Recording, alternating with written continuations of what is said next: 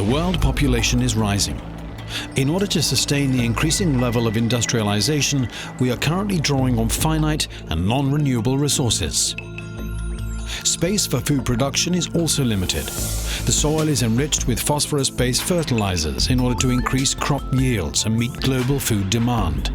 The production of phosphates and phosphorus currently focuses on the use of mineral phosphorus resources.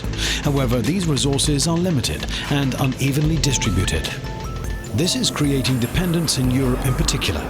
Europe is therefore forced to seek alternatives to reduce this dependence and the environmental impact of phosphorus mining. A team of scientists is seeking to obtain phosphorus from a recycling process as part of an international research project financed by the EU.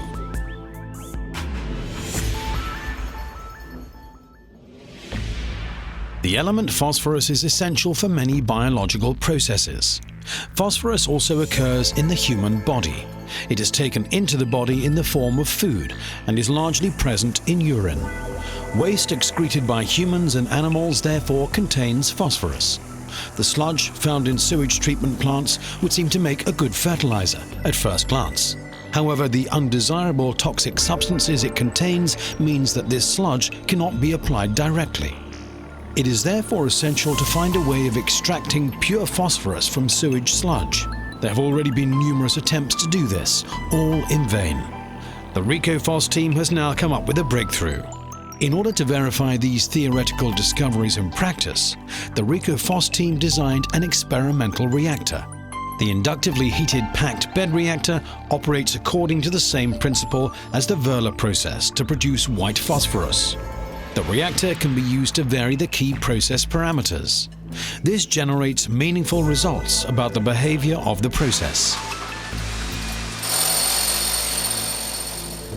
In the two-stage process, sewage sludge is burned in the flash reactor at very high temperatures.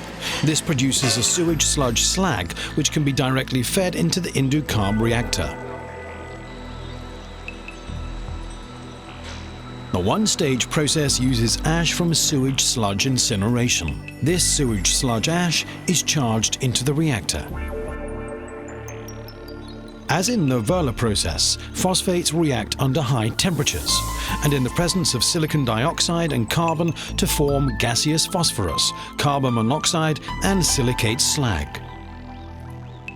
In order to achieve the required reactive conditions of 1500 degrees centigrade, the energy input in the RecoPhos process takes place via induction heating. Iron and aluminium phosphate, as well as calcium phosphate, are reduced in the reactor. The gas from the reactor contains elemental phosphorus and is burned in a combustion chamber. The process conditions are selected so that all combustion products remain in gaseous form prior to flue gas scrubbing. The scrubber removes acidic compounds from the flue gas.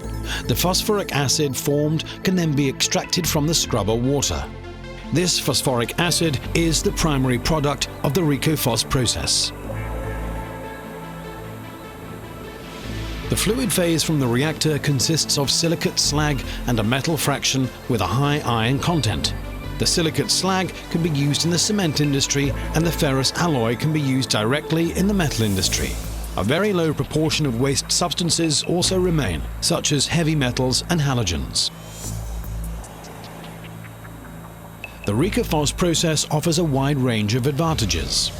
It reduces the dependence on phosphorus imports and eases the burden on the environment. RecoPhos turns a problematic waste material into a valuable raw material.